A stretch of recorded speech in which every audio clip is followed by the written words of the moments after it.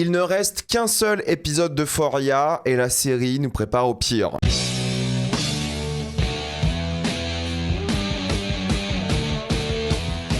Euphoria, saison 3, épisode 7. Comme d'habitude pour ce genre de vidéo, si vous n'avez pas vu l'épisode en question, quittez la vidéo, allez le voir et revenez juste après, car on va spoiler dans 3, 2, 1, c'est parti. Avant de commencer cette vidéo, j'aimerais remercier le partenaire officiel de celle-ci, c'est BorgosVPN et ses 38 millions d'utilisateurs et presque 5 sur 5 sur Trustpilot. Vous les connaissez, c'est un service utile que j'utilise tous les jours, mais c'est aussi le meilleur moyen de soutenir la chaîne. Je vous mettrai dans la description le compte épinglé un site internet qui vous dit dans quel pays se situe le film que vous voulez regarder. Ensuite, vous changez Canada, États-Unis, Royaume-Uni, Belgique, Suisse, Italie, vous allez avoir la VE-STFR et même la VEF dans certains cas. Quelques exemples sur Netflix, vous avez déjà 28 ans plus tard Le Temple des Morts qui est génial. Vous avez même Anaconda. Sur Disney+, vous avez Zootopie 2 ou Send Help. Sur HBO Max, qu'il faut utiliser depuis l'application HBO directement. Même si vous avez l'abonnement via MyCanal, vous vous connectez avec le compte Canal sur Max et ça fonctionne. Vous allez avoir Hurlevent ou des films comme Marty Suprême. Et il faut savoir que CyberGhost propose des serveurs dédiés pour optimiser le fonctionnement par plateforme de streaming. Si vous êtes un gros consommateur de YouTube comme moi, vous allez avoir YouTube Premium pour beaucoup moins cher. Oui, ça fonctionne encore aujourd'hui, il y a plein de tutos qui vous disent comment faire et je vous conseille de prendre un pays de l'Union Européenne parce que c'est plus simple et c'est plus accessible niveau prix aussi, comme la Roumanie, la Bulgarie et ça marche sur plein d'autres abonnements aussi, comme Letterboxd Patron par exemple. Vous le savez, mais certains sites internet vous demandent de mettre votre carte d'identité aujourd'hui et vous n'avez pas envie de faire ça. Vous avez envie de continuer à vous Nicolas Le Cage en paix. De même quand vous regardez certains films, vous êtes cinéphile, donc parfois vous regardez des films d'une manière très spécifique. Avec un VPN, vous serez en sécurité. Vous pouvez partager un compte avec 7 personnes au total. C'est disponible sur tous vos appareils préférés et c'est super simple d'utilisation. Vraiment, tout le monde peut le faire en quelques clics. C'est basique. Vous pouvez essayer par vous-même quand vous êtes satisfait ou remboursé sous 45 jours. Vous avez une assistance technique en français 24h7. Utilisez le lien dans la description, le code épinglé afin de vous abonner à BorgosVPN et bénéficier de 83% de réduction plus 4 mois gratuits.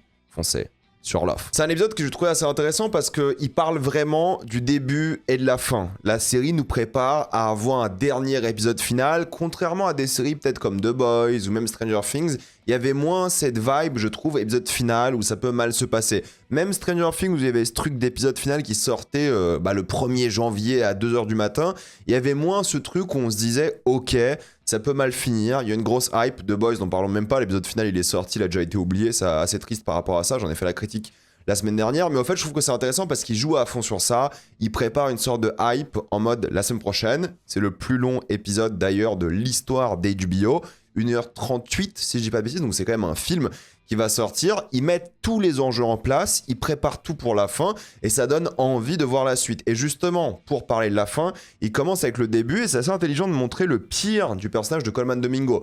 Drogué, va chez des prostituées, mauvais père, frappe sa femme. Il va vraiment montrer ce qui est de pire en lui afin de montrer que maintenant il est solide.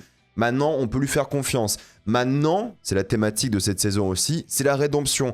On peut changer. Et c'est la question que pose un peu la série, c'est comment est-ce qu'on peut atteindre cette rédemption? Est-ce qu'il y a une solution miracle? Pour lui, c'était évidemment la religion.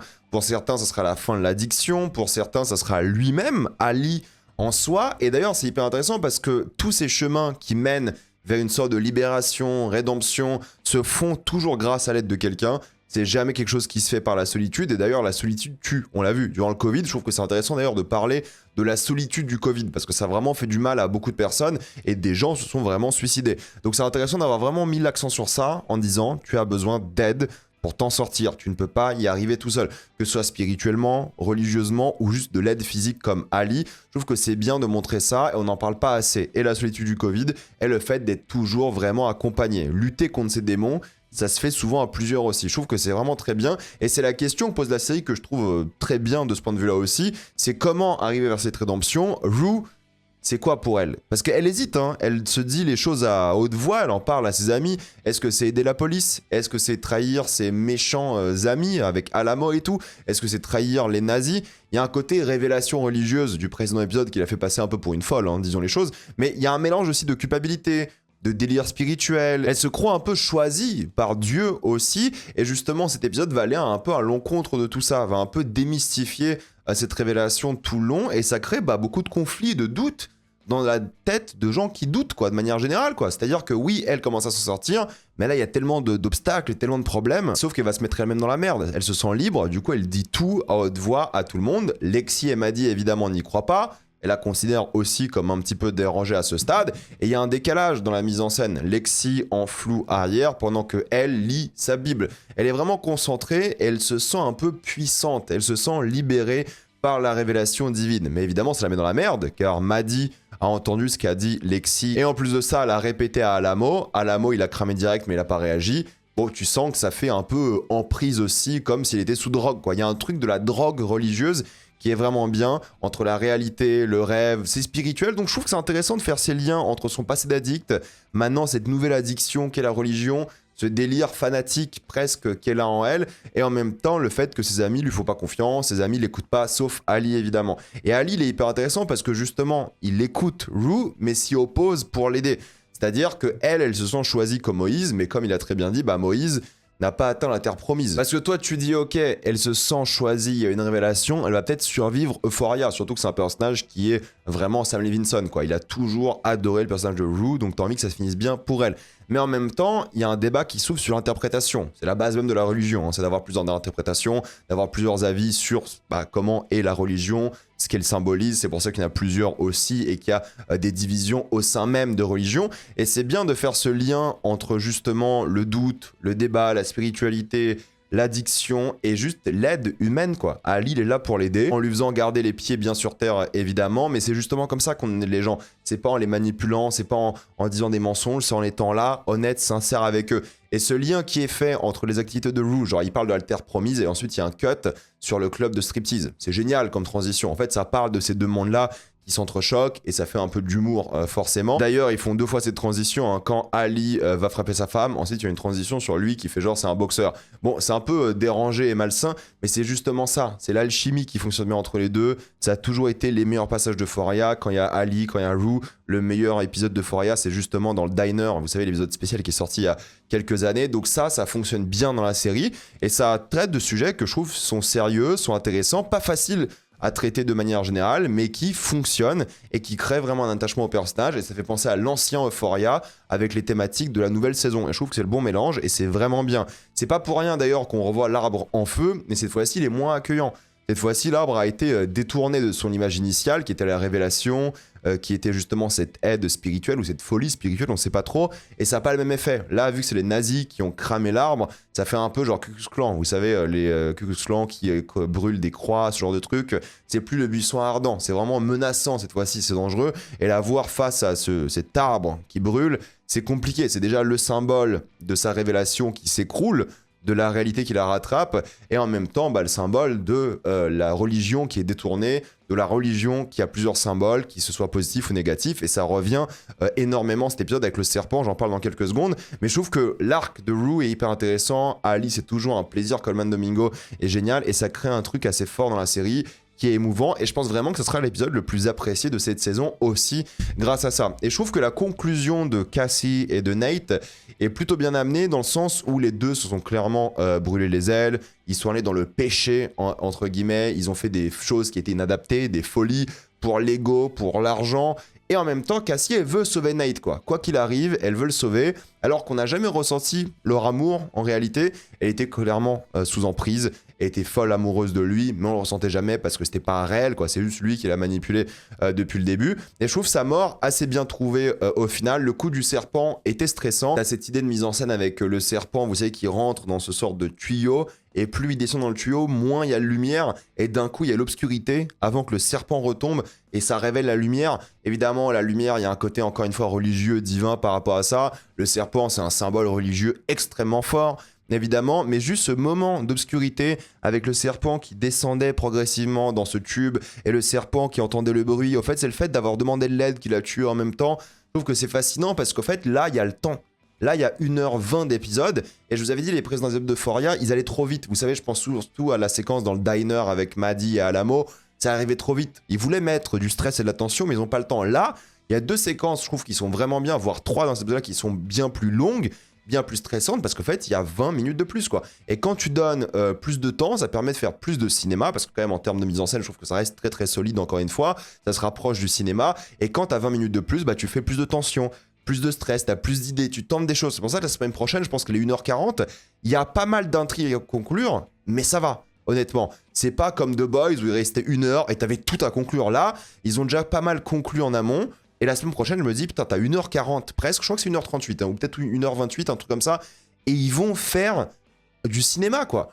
Et ça, je trouve que c'est une bonne idée. Ça, je trouve que ça fait plaisir. Et ça va montrer encore une fois aux gens, je l'espère la semaine prochaine, qu'ils arrivent à conclure ce genre de série de manière efficace en faisant quelque chose qui est vraiment bien. Donc là, ce côté vraiment mise en scène qui fait penser à Kill Bill évidemment, ou au film un peu pourri là, avec Ryan Reynolds, ça fonctionne. Mais surtout, le symbole religieux, on voit dans une scène avec Rue qui va chez les nazis, si je dis pas de bêtises, un serpent mort. Donc en fait, c'est le symbole d'elle qui surpasse le côté venimeux de la société, le serpent le méchant de la Bible et qui est déjà mort. Donc ça, c'est quelque chose d'intéressant. Donc on imagine que ça va plutôt bien finir pour elle. Et de l'autre côté, bah t'as l'homme à la morale horrible, Nate, qui se fait punir par ce serpent biblique. Donc ils ont vraiment réussi cette transition, ils ont vraiment réussi les parallèles religieux dans les visuels. Alors c'est pas subtil, hein, d'accord, mais je trouve que ça marche bien. Et ils se sont rapprochés d'une ambiance western, horrifique, qui est quand même assez unique dans le monde des séries télé, et ça fait quand même grave plaisir.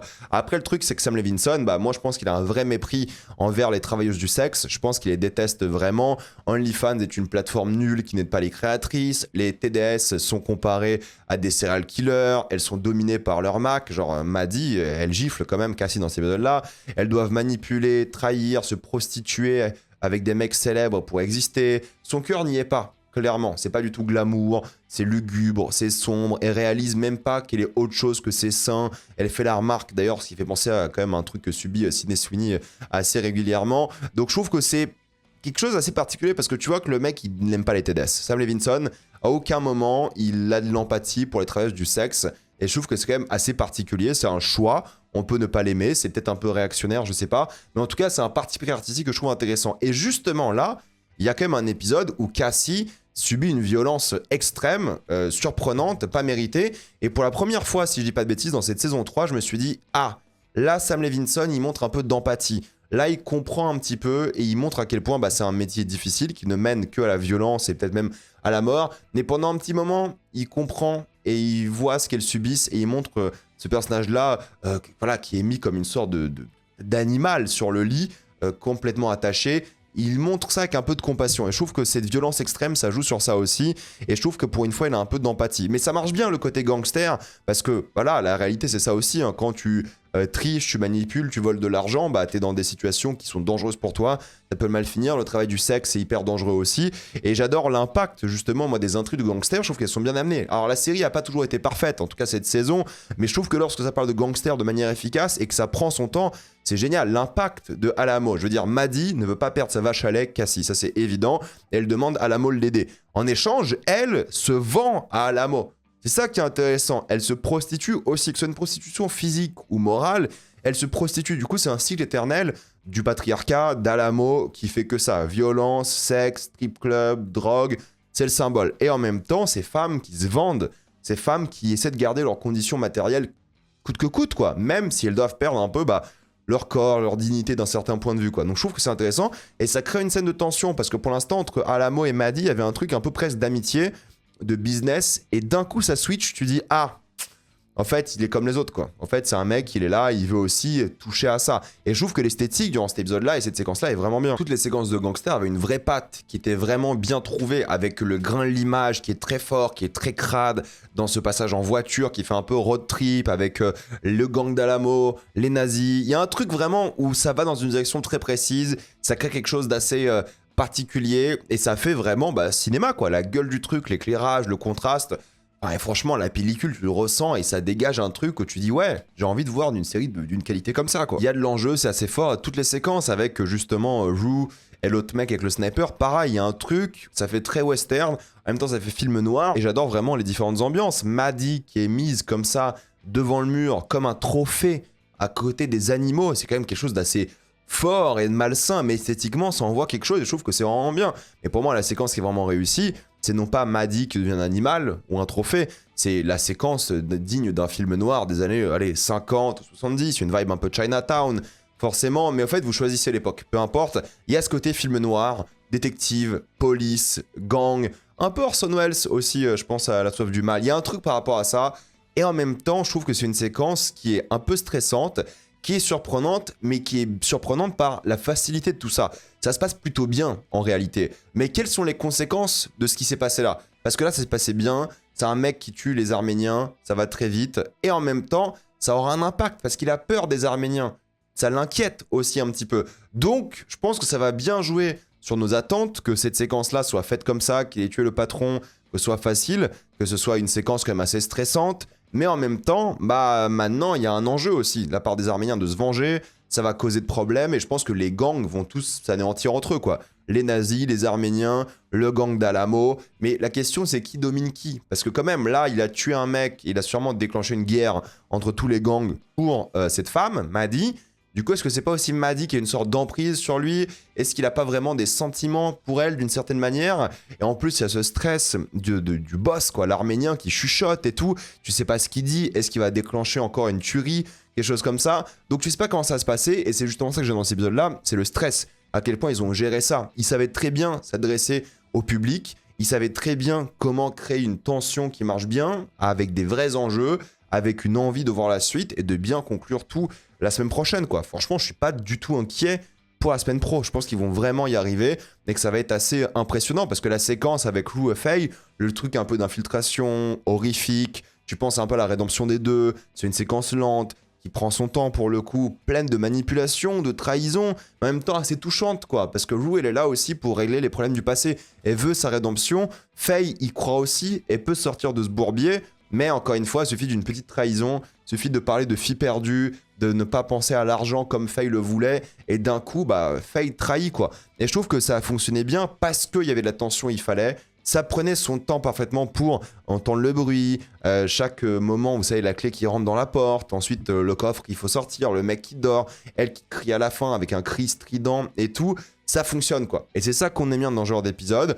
Tu croyais un peu à la rédemption des deux, tu croyais un peu à l'amitié qui existait encore, mais il y en a une qui s'en trahit, l'autre elle devait remplir une sorte de mission, et ne savait même pas peut-être que c'était là en théorie, mais il y a un truc où voilà, la rédemption s'oppose à cette trahison, s'oppose à littéralement tous ces enjeux de personnages qui essaient de s'entremêler mais ça matche pas du tout et forcément bah, ça crée des vrais conflits et je pense que la semaine prochaine on va se régaler. Donc il n'y a pas énormément de choses à dire sur l'épisode en soi parce qu'il était très droit au but, très solide, très bien fait, pas du tout décevant, c'est peut-être le meilleur de la saison, je dirais, il faudrait que je réfléchisse un peu à ça, mais c'était vachement bien quoi pour le coup parce que ils ont compris pour l'instant comment conclure une saison.